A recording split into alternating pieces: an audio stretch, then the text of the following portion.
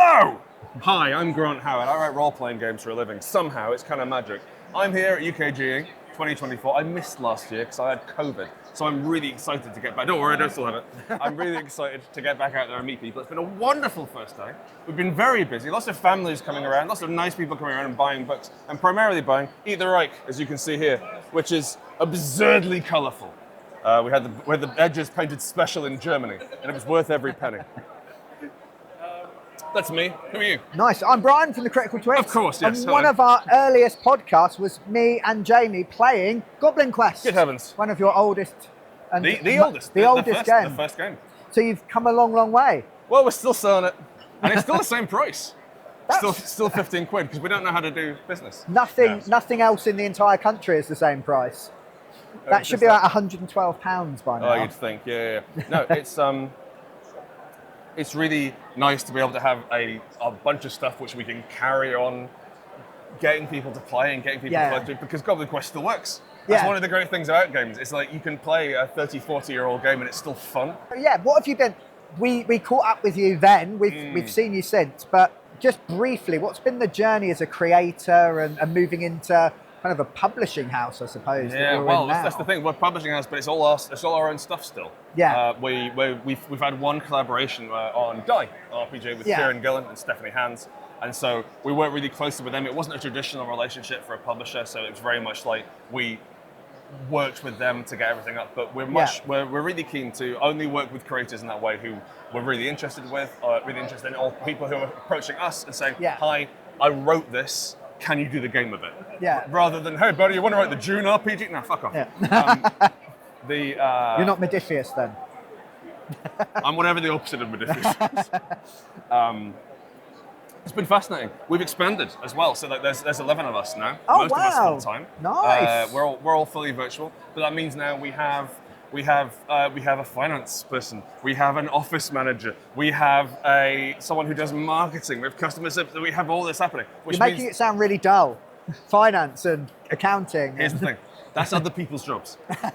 So I don't have to go anywhere near that. So I can theoretically just think about games all the time. Yeah. Now, unfortunately, I'm having to do some light management, which I've never had a good manager in my life. Yeah. So my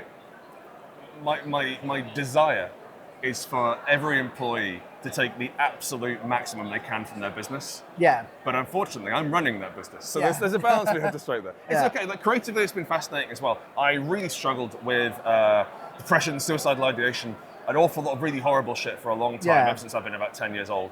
And about 2 years ago, moved to the country, got some therapy, started gardening. Oh, nice. And I discovered the magic. And viewer, this is something which you should get yourself a wormery if you're depressed.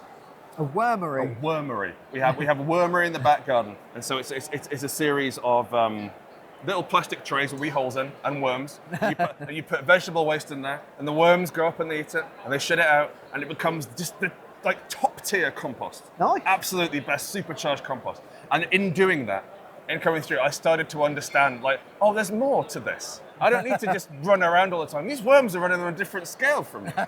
And something about the majesty of seeing just rotting material turned into this rich, wonderful, deep, this wonderful smelling black soil.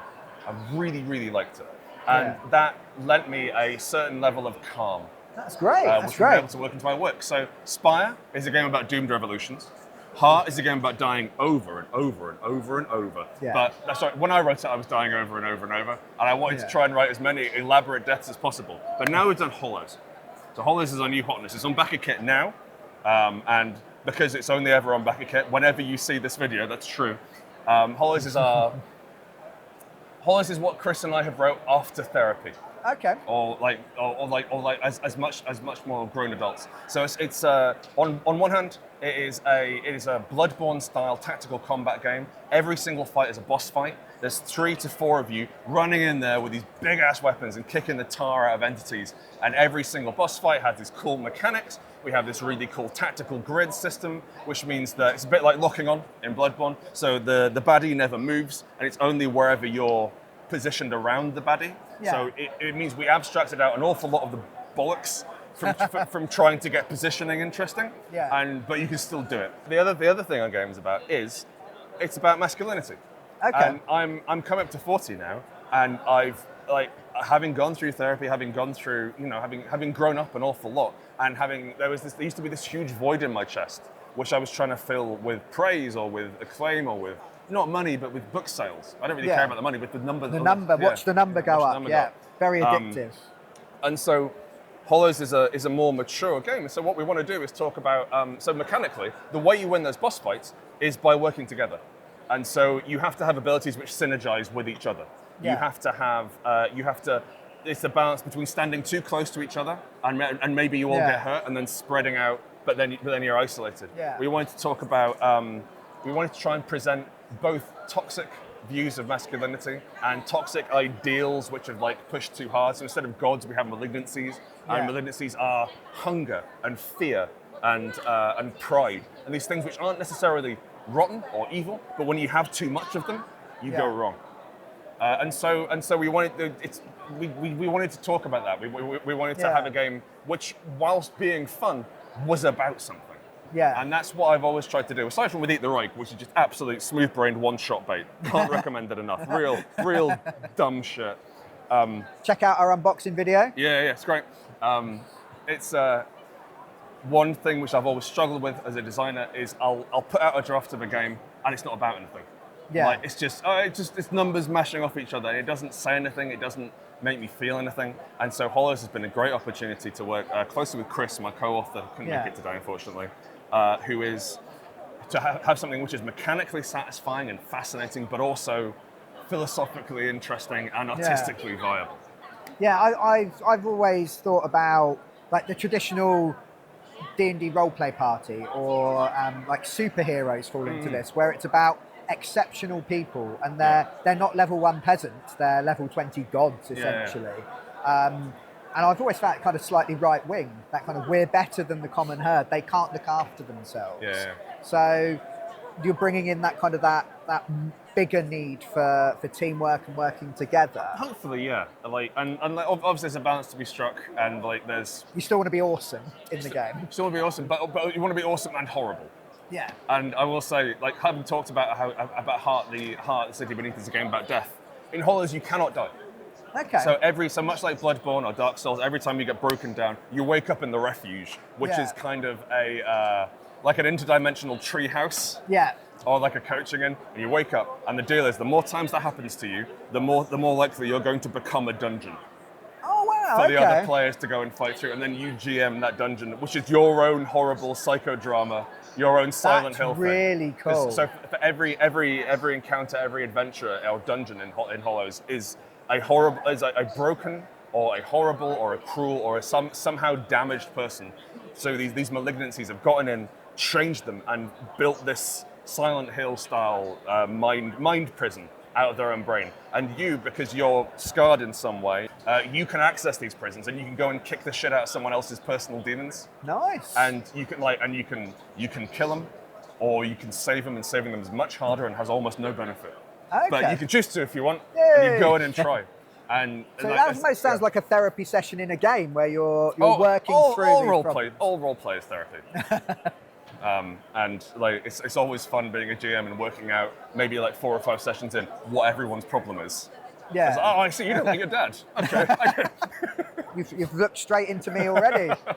So if people are interested in your stuff, I do find it's different to a lot of things. Yeah, out we there. try to be different. And there's this huge movement towards sort of indie RPGs now, printing and that kind of thing. There's a whole industry. There's people here as exhibitors helping other people make their own games and such like. Where would people kind of start with your stuff? What would you recommend as like an inroad into what you've made? Spire's really good. Okay.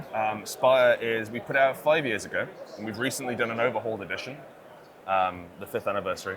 And so the layout's punched up. We've folded some source books in there as well. But the overall plot of that is you play a dark elf. You play a cadre of dark elves, freedom fighters, who are trying to overthrow a cruel high elf government through illegal magic and forbidden religion. So we wanted to try and take the idea of like religious rites and then have that. Okay, but how can we use this to blow up a building? And so sort of playing with that. And so there's a lot of fun magic. There's a lot of fun classes. There's a free quick start online which you can go to. If you search Spire Quick Start, you can have that, which has an adventure and pre-gen characters and sawn-off rules, and so you can get a bit of a flavour of it. But I'm really proud of what we did with it. I think it was our first foray into actually we're going to put a setting on this. Yeah. Because obviously you've played Goblin Quest, and the setting's really light, really hands off. It's very much for you to fill in yourself. And with this, we wanted to still have that ability for people to fill in the setting and say, well, these bits are important to me, and try and put that in mechanically so people have the opportunity to do that. But also to present, say, hey, here's our world. Come in, have a look around. Yeah. There's one thing, like something which I've been trying to puzzle out in my head about why D&D Online can't make money.